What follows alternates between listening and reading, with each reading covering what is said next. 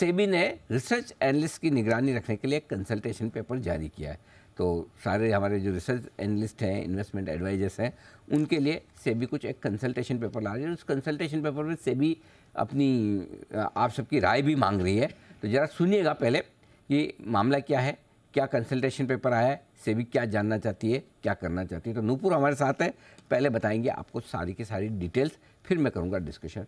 नूपुर पहले तो बताइए कंसल्टेशन पेपर के बारे में जानकारी बताइए, और उसके बाद मैं आपसे पूछूंगा कि अल्टीमेटली क्या चाहती है सेबी। जी बिल्कुल, कंसल्टेशन पेपर जो जारी हुआ है उसमें बहुत सिंपल लैंग्वेज में मैं समझाती हूँ। अगर ABCD रिसर्च एनालिस्ट है तो उनका एडमिनिस्ट्रेशन और सुपरविजन करने के लिए अब सेबी चाहता है कि एक बॉडी कॉर्पोरेट जैसा कोई संस्था बने, उसका प्रस्ताव कंसल्टेशन पेपर में लेके आए। जैसे म्यूचुअल फंड्स के लिए आपकी एमफी है, इसी तरह रिसर्च एनालिस्ट के लिए भी एक कोई ऐसी संस्था बननी चाहिए। बिल्कुल सर, ठीक है। अभी फिलहाल इन्वेस्टमेंट एडवाइजरी जो होते हैं उनके लिए भी संस्था बनी हुई है। बिल्कुल उसी हिसाब से, उसी फ्रेमवर्क में सेबी चाहता है कि जो रिसर्च एनालिस्ट है उनके ऊपर भी एक बॉडी आए। उन्होंने कहा है कि research analyst administration and supervisory body इसका नाम होगा।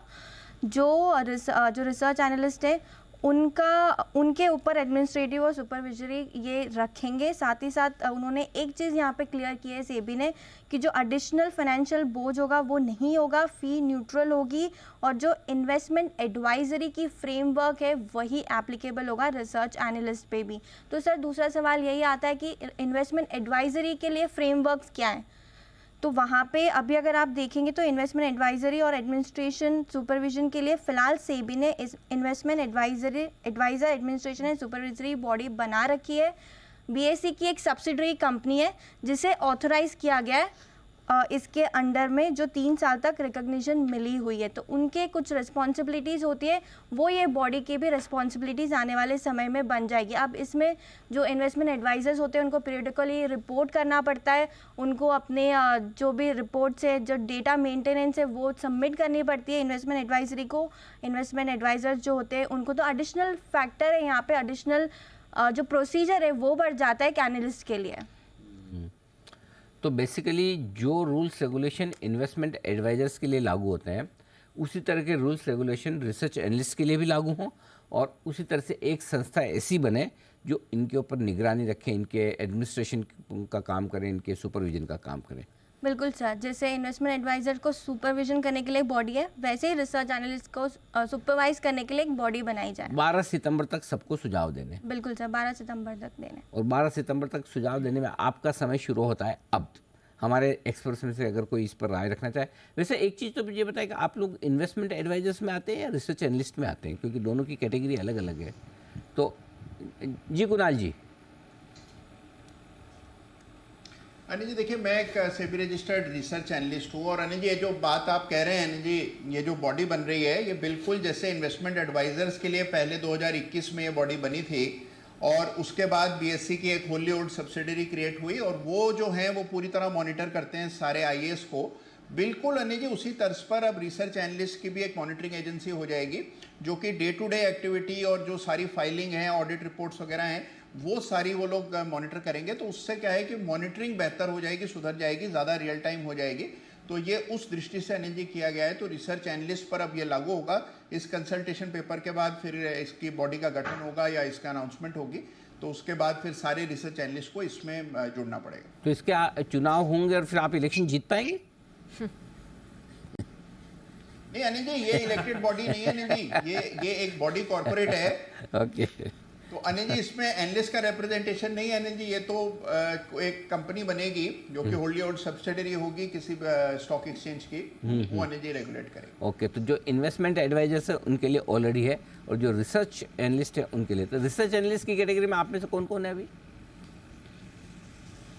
वागले साहब, सुमित जी, ओ सब लोग ओके। आप IA में नहीं, RA में। तो आप लोगों को कोई सुझाव है इस पर कि क्या करना चाहिए, क्या नहीं? Take your own sweet time, आराम से सोचिए, बताइएगा। मैं अभी तो 12 सितंबर तक का टाइम है, अगर इंस्टेंटली आपके दिमाग में कुछ है तो बताइए। जी सुमित जी। अनिल जी देखिए, जैसे मैं सेबी रजिस्टर्ड रिसर्च एनालिस्ट हूँ, तो ये एडवाइजरी बॉडी बनने से फायदा होगा अनिल जी। अभी क्या होता है, हर एरा गैरा नथु गैरा अपने आप को रिसर्च एनालिस्ट समझता है, और रिसर्च एनालिस्ट की तरह कॉल्स देते हैं, तो इनके ऊपर मॉनिटरिंग भी होना जरूरी है। Correct. और इन ऑथोराइज लोगों के लिए एक बॉडी बनना भी जरूरी है, जहाँ पे रूल्स एंड रेगुलेशन फ्रेम हो, लीगल वे में काम हो, और रजिस्टर्ड लोग ही इसको प्रॉपरली मैनेज कर पाए और दे पाए। क्या होता है अनिल जी, जिसके ऊपर रिस्पॉन्सिबिलिटी होती है वो ध्यान अच्छे से देता है। अभी क्या होता है, बाजू वाला आके भी ज्ञान देके चला जाता है, देखो ये स्टॉक हमारा चल गया, तो उनको रिलायबिलिटी नहीं है, ऑथेंटिसिटी नहीं है, और उनको कोई ऐसा नहीं है कि रेगुलर बेसिस में डेटा मेंटेन करना या बोलना है। 10 में से कभी एक बोल दिया, चल गया, नहीं चल गया, ऐसे करके बहुत से फेक आईडीज भी चारों तरफ बन रहे हैं। जैसे मेरे भी बने हुए हैं, आप लोगों के सबके बने हुए हैं, इंस्टाग्राम पे हो गया, ट्विटर पे हो गया, तो इन सब लोगों के ऊपर भी नजर पड़ेगी, और एक बॉडी होगी तो सब चीजों पे प्रॉपर्ली ध्यान भी दिया जाएगा और मॉनिटर भी किया जाएगा, तो इससे फायदा ही है ओवरऑल लेवल पे। परफेक्ट। तो ये बड़ी इंटरेस्टिंग चीज़ बताई सुमित जी ने कि इससे बेहतर रेगुलेशन हो पाएगा। अनऑथराइज्ड लोग जो एडवाइस दे रहे हैं और जो आरए की कैटेगरी में अपने आप को रजिस्टर किए बगैर लोगों को एडवाइस दे रहे हैं, उन पर लगाम भी लगेगी, तो बेहतर रेगुलेशन हो पाएगा। सेबी के इस कदम का सबका स्वागत है। तो अगर आपके भी कोई सुझाव हो कि इसको किस तरह से लागू किया जाना चाहिए, तो प्लीज़ 12 सितंबर तक डायरेक्टली सेबी को भेज दें, इनडायरेक्टली भेजना तो मुझे भेज दें, और मैं कंपाइल करके आपके ब्याह पे सेबी को भेज दूंगा। इतना हम कर सकते हैं। तो नुपुर, जो भी आए सुझाव, जहाँ से भी हमारे पैनल पे भी, पैनल के बाहर से भी लोगों के, वो कंपाइल करके सेबी को हम भेजने की कोशिश करेंगे। धन्यवाद ये पूरी डिटेल्स देने के लिए।